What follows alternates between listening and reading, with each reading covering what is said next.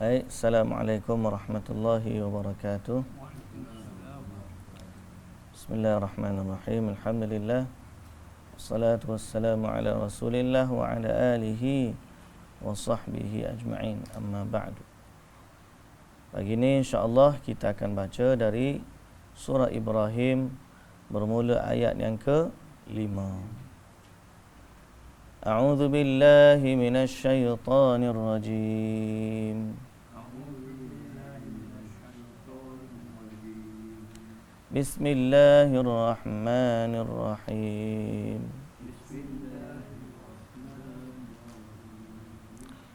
ولقد أرسلنا موسى بآياتنا أن أخرج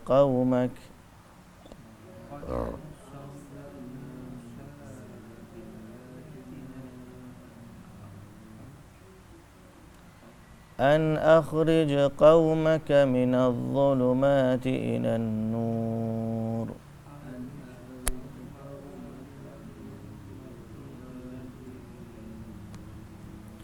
وذكرهم بأيام الله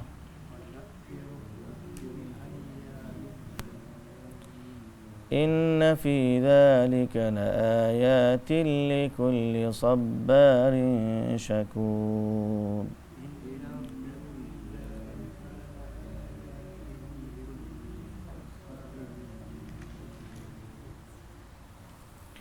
وإذ قال موسى لقومه اذكروا نعمة الله عليكم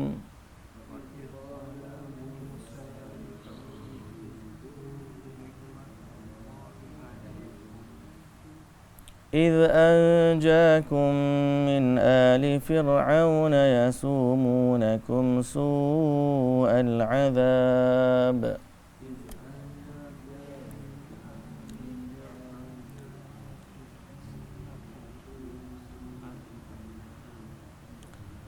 ويذبحون أبناءكم ويستحيون نساءكم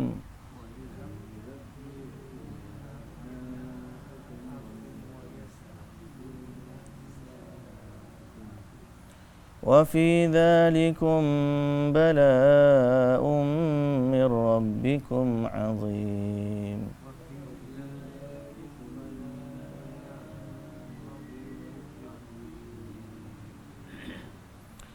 وإذ تأذن ربكم لئن شكرتم لأزيدنكم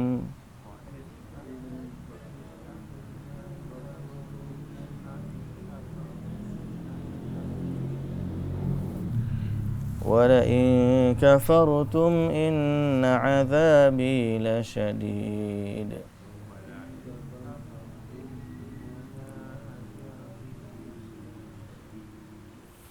وقال موسى إن تكفروا أنتم ومن في الأرض جميعا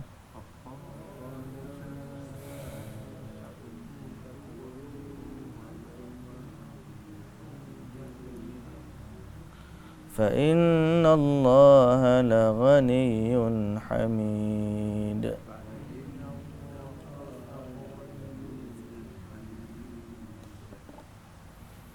Baik, bismillahirrahmanirrahim.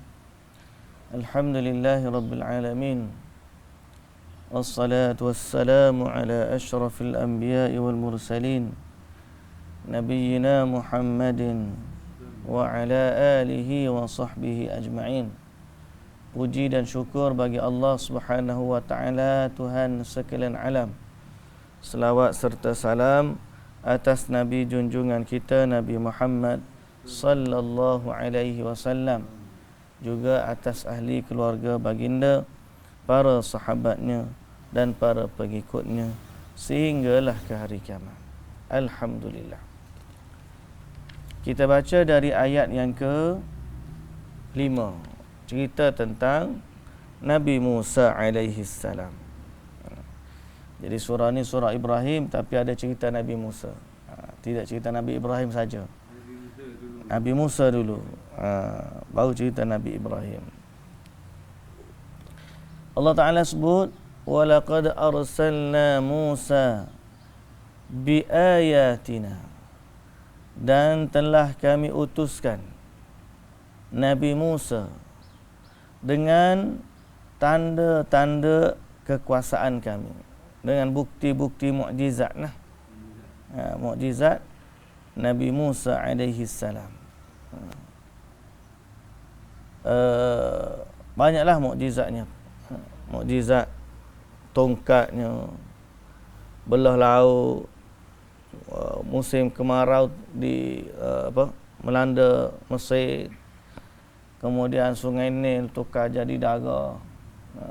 Dia dapat tongkat ni awal-awal lagi dia kenabian tu ataupun kemudian tu dah? Maksud dia kambing ke apa? Tongkat tu dah. Awal-awal lagi dia ada tongkat. Awal-awal dia dapat tongkat. Sebelum dia jadi rasul lagi ada tongkat tu. Kalau Allah Ta'ala kata waktu dia dapat, Allah Ta'ala, wa ma tilka biyaminika ya Musa. Dia kata apa yang ada kat tangan kamu tu, tapi tongkat tu tak ada, bukan tongkat sakti pun. Tongkat tu tidak sakti. Dia, Allah Azza wa Jalla jadikan dia tu sebagai mukjizat setelah daripada diutuskan. Tongkat tu tongkat biasa je. Dan Nabi Musa pun tidaklah kata senantiasa guna tongkat dia tu. Dah. Kalau nak tunjuk bukti, okey ni tongkat aku, tongkat sakti. Tak. Sehingga waktu dia tu, dia guna tongkat dia tu nak pera kambing. Bila Allah Ta'ala kata, apa tangan kan? Tak, adalah tongkat dia kata. Tongkat, maka mula-mula sekali, Allah Ta'ala suruh campak tongkat jadi ular. Jadi pertama kisah tongkat tu waktu lawan ahli sihir. Satu. Lepas tu tangan Nabi Musa tu jadi bercahaya. Bercahaya. Habis tu habislah cerita tongkat tu, tak ada dah situ. Nabi Musa pun berdakwah, dakwah. Sampai sesak. Sebelum sampai Fir'aun nak bunuh dia, dia pelari. Kemudian Allah Ta'ala kata, idrib bi'asaka al-bahr. Pukul dengan tongkat kamu tu laut. Dia ikut arahan Allah je. Tongkat dia tak ada apa-apa. Cuma Allah suruh jadi sebab. Pukul dengan tongkat, terbelah laut. Sekarang ni yang dia belah laut tu tongkat ke Allah? Itulah isu dia. Orang kita ni nampak tongkat tu kan, pergi cari kayu kokar. Ni kayu tongkat Nabi Musa. Tongkat tu tongkat biasa je. Tak ada apa pun. Bukan kerana tongkat tu sakti tak. Kerana Allah yang memberikan mukjizat. Cuma tongkat tu jadi sebab je. Lepas Nabi Musa wafat, gimana tongkat tu? Orang pun tak ambil kisah. Nabi Musa pun tak adalah kata ni tongkat sakti aku tinggalkan. Generasi demi generasi sampai hari ni kita akan dapati di mana-mana sinagog orang Yahudi adanya tongkat Nabi Musa. Tak ada. Waris pun tak ambil ya. Tak ada orang kata nak ambil tongkat tu, tak ada. Kalau zaman kita ambil dah tongkat. Dia ingat tongkat tu yang berkuasa, tak ada. Allah yang berkuasa. Ya.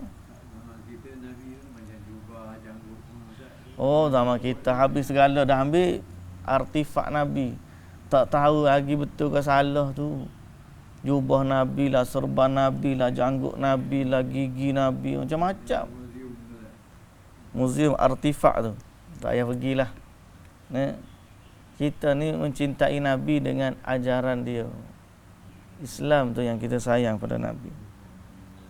Jadi Nabi Musa AS, Allah Ta'ala kata, kami utuskan Nabi Musa kepada kaumnya bawa tanda-tanda kekuasaan.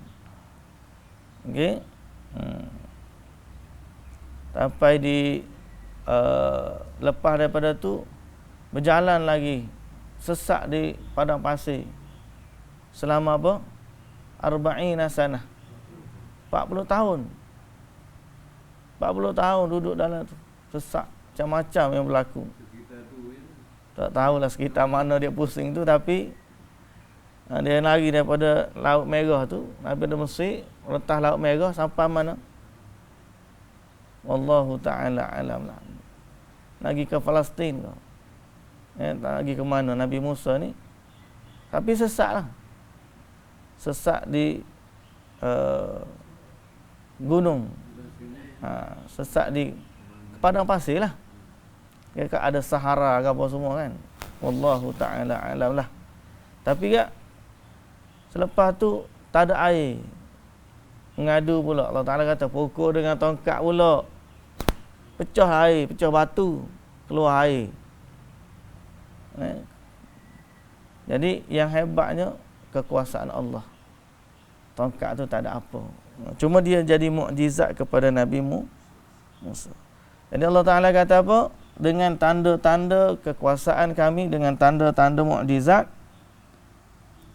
an akhrij qaumak, keluarkan kaum kamu, minadh dhulumati ilan nur, dari kegelapan kepada cahaya, iaitu kegelapan kekufuran kepada cahaya keimanan, yang kita dah sebut dah sebelum daripada ni.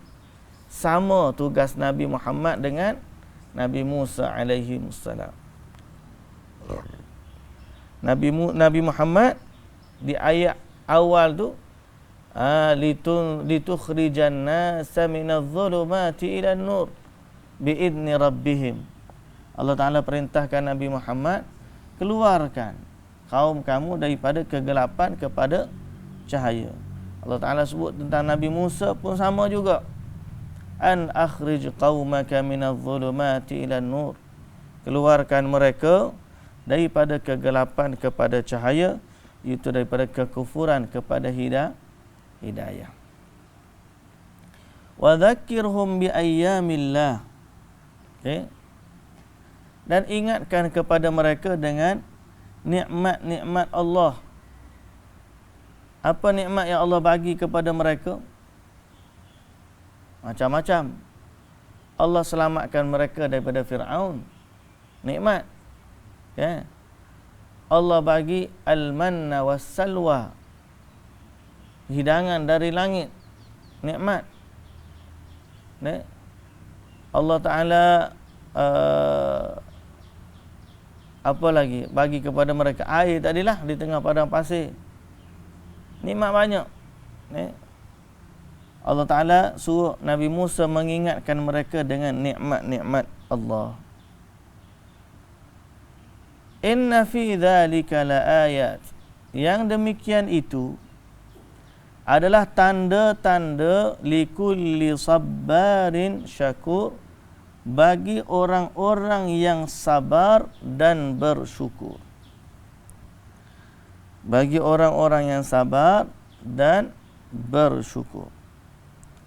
Di dalam ayat ini Allah Ta'ala menyebutkan dua sifat. Satu sifat sabar, satu sifat syukur. Dan dua sifat ini apabila ada pada seorang mukmin, maka dialah mukmin yang bertuah. Kerana dalam hidupnya akan mendapat kebaikan senantiasa. Dan ini yang disebut oleh Nabi sallallahu alaihi wasallam, inna amral mu'min kulluhu ajabun. La yaqdillahu lahu qada'an illa kana khairan lah. Dalam riwayat yang lain, ajaban li amril mu'min, inna amrahu kullahu khair. Sesungguhnya ajaibnya urusan orang mukmin, semua urusan dia baik belaka. Ini istimewanya orang mukmin. Macam mana? In asabathu dharra sabar. Kalau dia ditimpa kesusahan, dia sabar. Wa in fakana khairan lah, jadilah kesusahan itu baik untuknya. Sebab dia dapat pahala kan. Wa in asabahu sarra syakar. Kalau dia ditimpa kebaikan, dia syukur. Fakana khairan lah, baik juga untuk dia. Jadi orang mukmin ni bila dia jadi sabar, bila dia jadi syukur, hidup dia akan senantiasa berada dalam kebaikan. Antara sabar dengan syukur dalam ayat ni Allah Ta'ala sebut sabar dulu. Okey.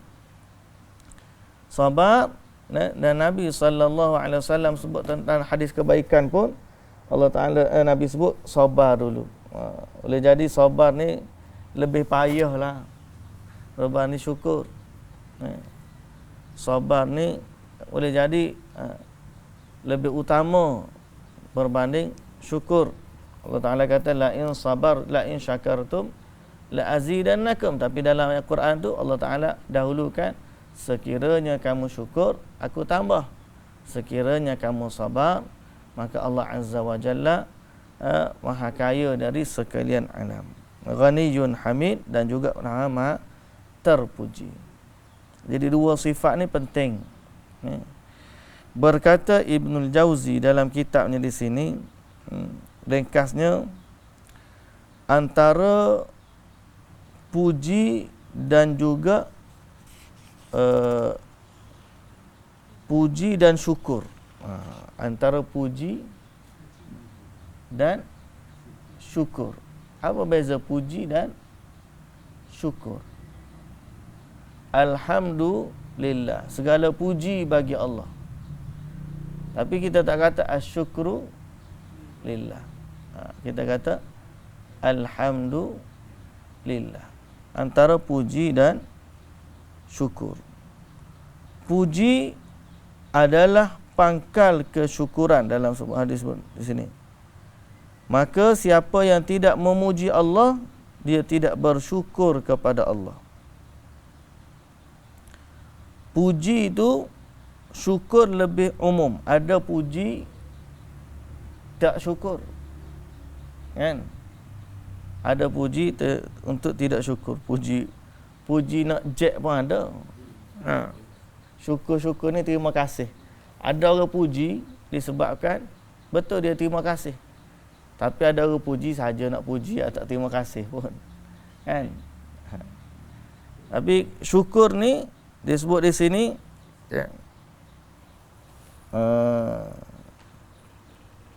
syukur itu adalah pengakuan terhadap nikmat. Puji kepada Allah, pujian kepada Allah kerana nikmat itu dan mengamalkan nikmat seperti yang diredainya. Tetapi kerana mengetahui nikmat ini merupakan rukun syukur yang paling besar, sehingga syukur tidak mungkin ada tanpa mengetahui nikmat. Jadi adalah panggil puji dengan syukur tu saling berkait antara satu dengan yang lain. Bila kita syukur, kita puji Allah Subhanahu wa taala. Jadi alhamdulillah ni segala pujian yang ada padanya kesyukuran. Jadi kita bukan sekadar puji Allah, kita puji dengan kesyukuran terhadap Allah Subhanahu wa taala. Puji yang kita sebut tu sebagai lambang syukur kita kepada Allah. Jangan puji Allah tanpa syukur. Dia kata alhamdulillah, saya dah berjaya dapat anugerah penyanyi nombor 1. Syukur ke tu? Itu puji tapi tak syukur. Pasal apa? Syukur ni dia menatijahkan menggunakan nikmat Allah pada apa yang diredai oleh Allah. Menggunakan nikmat Allah pada apa yang diredai oleh Allah. Itu baru betul-betul syukurlah. Kalau dia kata alhamdulillah, dengan rezeki yang saya dapat ni, saya bawa keluarga saya pergi umrah. Alhamdulillah, syukurlah.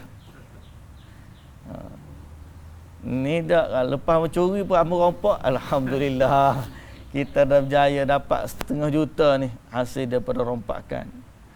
Orang bagi rasuah, dia pun terima rasuah. Alhamdulillah. Ada. Jadi yang tu tidak panggil syukur lah. Dia puji saja, puji di atas nikmat tapi tidak mensyukuri. Syukur ni luas, bukan sekadar sebutan saja. Syukur ni dia merangkumi hati dengan ketundukan, lisan dengan pengakuan, dan anggota dengan ketaatan. Itu nama syukur. Syukur ni mulut kata alhamdulillah, hati pun mengaku ni semua dari Allah, menatijahkan ketaatan kepada Allah. Jadi kita ni tahap mana tahu syukur kita ni? Syukur kita ni belum kemuncak lagi. Baru puji, baru alhamdulillah.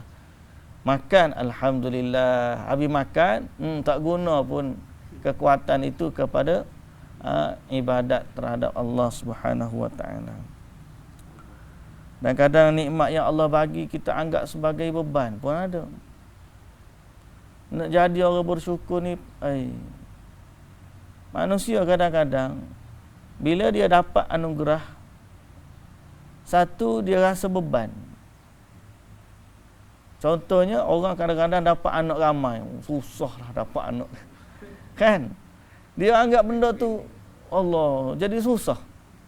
Padahal patutnya dia kata alhamdulillah. Syukur nikmat Allah Taala bagi. Dengan tu dia ada ya macam-macam.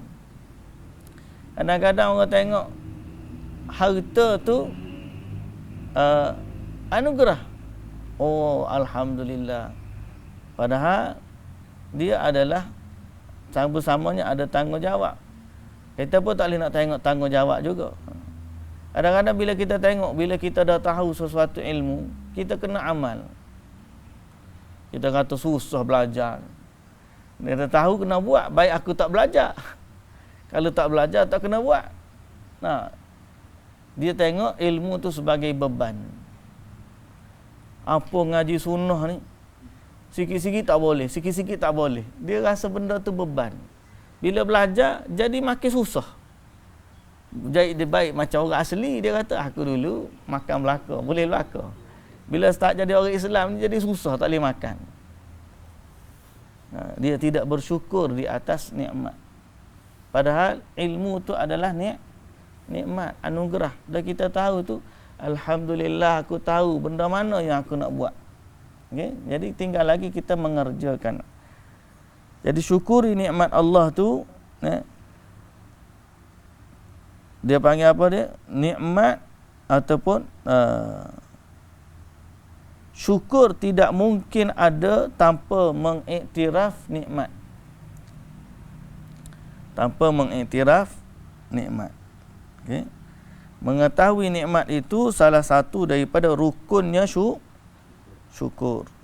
Bukan sebahagian dari syukur. Bukan. Jadi kalau setakat kita kata alhamdulillah, terima kasih ya Allah, mengakui nikmat tu dari Allah, itu adalah rukun kepada syukur. Dia adalah sebahagian daripada rukun syukur. Bukan syukur lagi. Syukur tu ialah menggunakan nikmat tu kepada kebaikan. Macam tadilah, orang tu bila dia nyanyi, dia bilang rompak alhamdulillah. Terima rasuah alhamdulillah. Tapi belum syukur lagi. Baru dia tahu nikmat tu daripada mana. Memanglah daripada Allah. So duit rasuah pun Allah Taala bagi rezeki tu. Tambah rezeki yang haram. Dan kamu minta yang tu, Allah bagi yang tu. Gitu. Semoga Allah Subhanahu wa taala jadikan kita hamba yang bersyukur dan bersabar. Dan kita tak tahu yang mana lebih untung bagi kita. Hanya Allah Taala yang tahu. Jadi minta ya Allah dengan Allah yang terbaik. Kita tak tahu. Ada orang nikmat syukur lebih baik bagi dia. Ada orang nikmat sabar lebih baik bagi dia. Kita pun tak tahu. Ada orang masuk syurga dengan sebab sabar. Ada orang masuk syurga dengan sebab syukur. Bila kita dah banyak harta, maka syukurlah. Kita tak tahu, cuma kita berinteraksi dengan apa yang Allah bagi kepada kita. Kita tak minta, ya Allah, berikanlah kepada aku kebaikan. Rabbana atina fid dunya hasanah. Bagi kepadaku kebaikan di dunia. Wa fil akhirah hasanah. Akhirat pun baik juga ya Allah. Wa qina adzabannar. Selamatkanlah kami daripada azab neraka. Jadi kita minta kebaikan. Allah ni dia bagi kebaikan yang layak dengan kita. Sebab tu doa ni sama ada Allah bagi apa yang kita minta, atau Allah ganti dengan yang lebih baik, atau Allah simpan dan tangguhkan dia sebagai pahala di hari akhirat. Kan?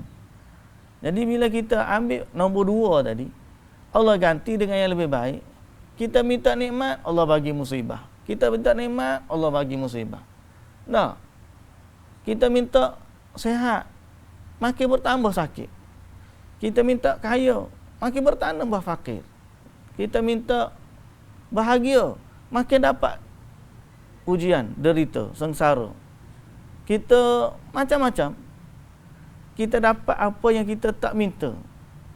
Kalau berasaskan nombor 2 tadi, Allah ganti dengan yang lebih baik, yakinlah bahawa yang Allah bagi itu adalah yang terbaik. Walaupun kita tak minta. Sebab apa? Allah tahu sama ada kita ni lebih baik syukur ke, lebih baik sabar. Cuma kita minta agar Allah Subhanahu Wa Taala tidak uji kita dengan sesuatu yang memberikan ataupun tidak, yang kita tidak mampu. Allah pun tak uji dengan yang kita tak mampu. Jangan jadikan ujian musibah kita tu dalam soal agama. Wala taj'al musibatana fi dinina. Biarlah ujian bab lain tak apa. Sakit ke, fakir ke, kena uji dengan orang maki, orang caci, orang marah. Tak apalah. Tapi jangan sampai diuji dalam soal agama. Pasal tu bahaya. Okey? Wa idh qala Musa liqaumihi, dan ketika mana Nabi Musa berkata kepada kaumnya, Uzkuru ni'matallahi alaikum. Ingatlah nikmat yang Allah bagi kepada kamu.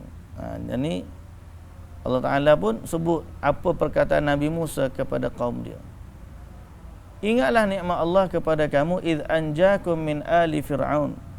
Pertama ketika dia menyelamatkan kamu daripada Fir'aun. Yasumunakum su'al azab. Yang menyeksa kamu dengan seburuk-buruk seksaan. Wa yudhabbihuna abna'akum, dia sembelih anak kamu, anak lelaki. Wa yastahyuna nisa'akum, dan membiarkan anak-anak perempuan hidup. Wa fi dzalikum bala'un min rabbikum azim, dan pada yang demikian itu terdapat ujian yang besar dari Tuhan kamu.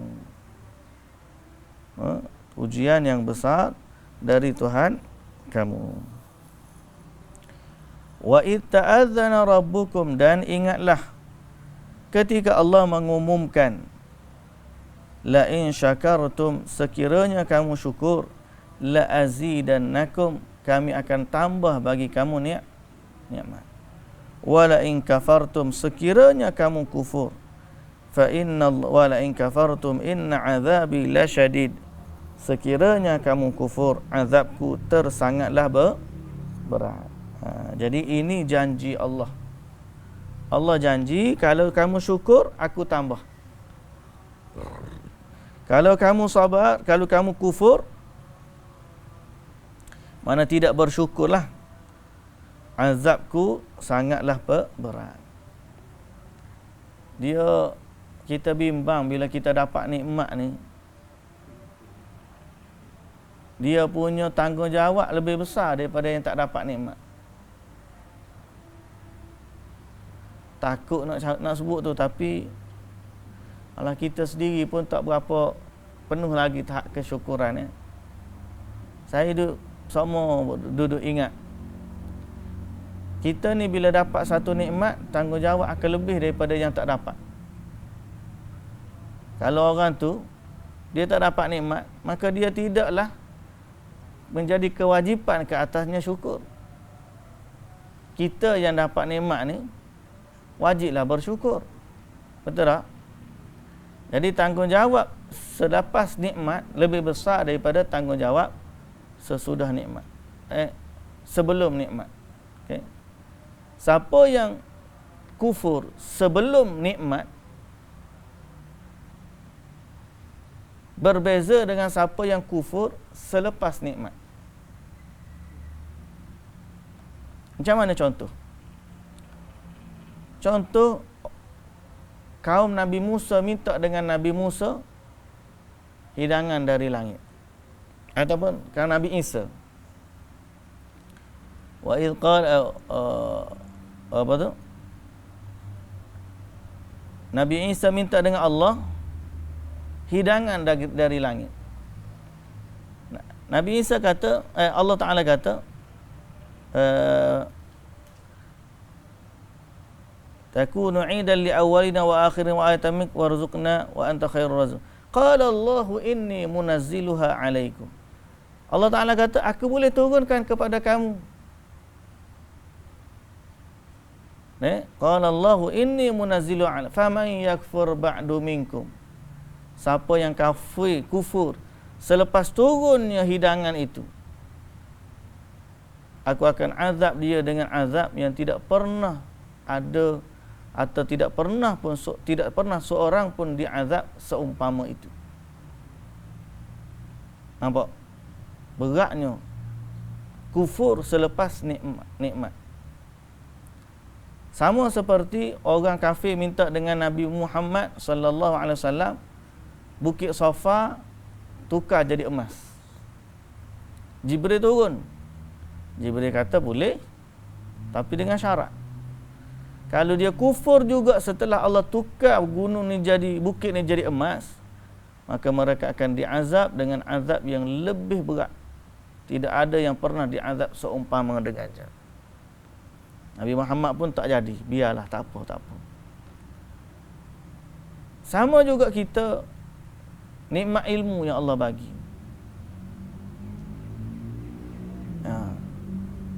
Kita buat maksiat dalam keadaan jahil dengan buat maksiat dalam keadaan tahu. Orang jahil Allah maafkan. Dah tahu dah buat juga. Berat. Kena istighfar lebih daripada orang yang jahil. Betul tak? Jadi tu nikmat, bersama nikmat tu ada tanggungjawab yang besar. Semoga Allah Subhanahu Wa Taala mengampunkan dosa-dosa kita.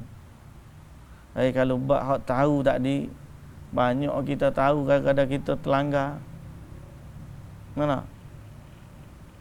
Astaghfirullahalazim, astaghfirullahalazim, astaghfirullahalazim. Okey, la in syakartum la azidannakum. Lepas tu kalau orang nak baca Quran, sama juga sipir dia. Kalau hafal Quran satu juzuk, lancarkan dulu. Ingat satu juzuk, nanti mudahlah juzuk yang kedua. Dia akan jadi mudah bila kita hafal yang kita dah ingat. Kita akan mudah untuk hafal yang belum kita ingat. Tapi bila kita dah yang ingat ni kita lupakan, jadi makin payah. Gitulah, lebih kurang. Banyak Allah Ta'ala kata, kalau kamu syukur, Allah tambah. Dia ada harta sikit, infak. Jangan tunggu kaya benar baru nak infak. Harta sikit, infak. Harta sikit, infak. Nanti Allah tambah. Orang kita dia tengok nak jadi kaya, dia lupa.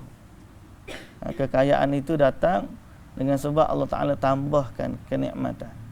Nak suruh Allah tambah nikmat, kena banyak bersyukur kepada Allah Subhanahu Wa Ta'ala. Tapi ada orang yang Allah bagi kekayaan sebagai ujian. Dia tak pernah syukur pada Allah. Tapi Allah bagi kekayaan lebih daripada orang yang bersyukur. Pasal apa? Itu istidraj. Dan sampai akhirat nanti lagi berat tanggungjawab dia.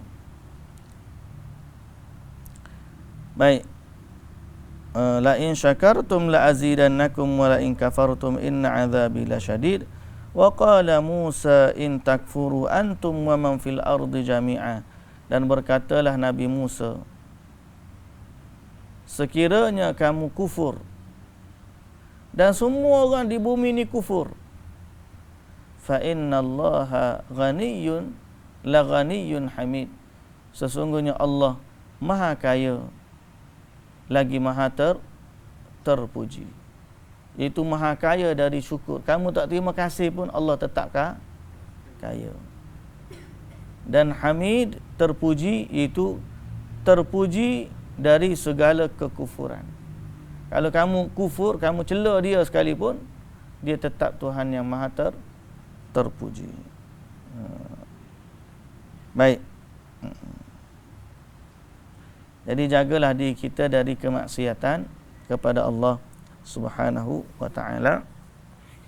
Tapi manusia tu memang sifat dia lemah.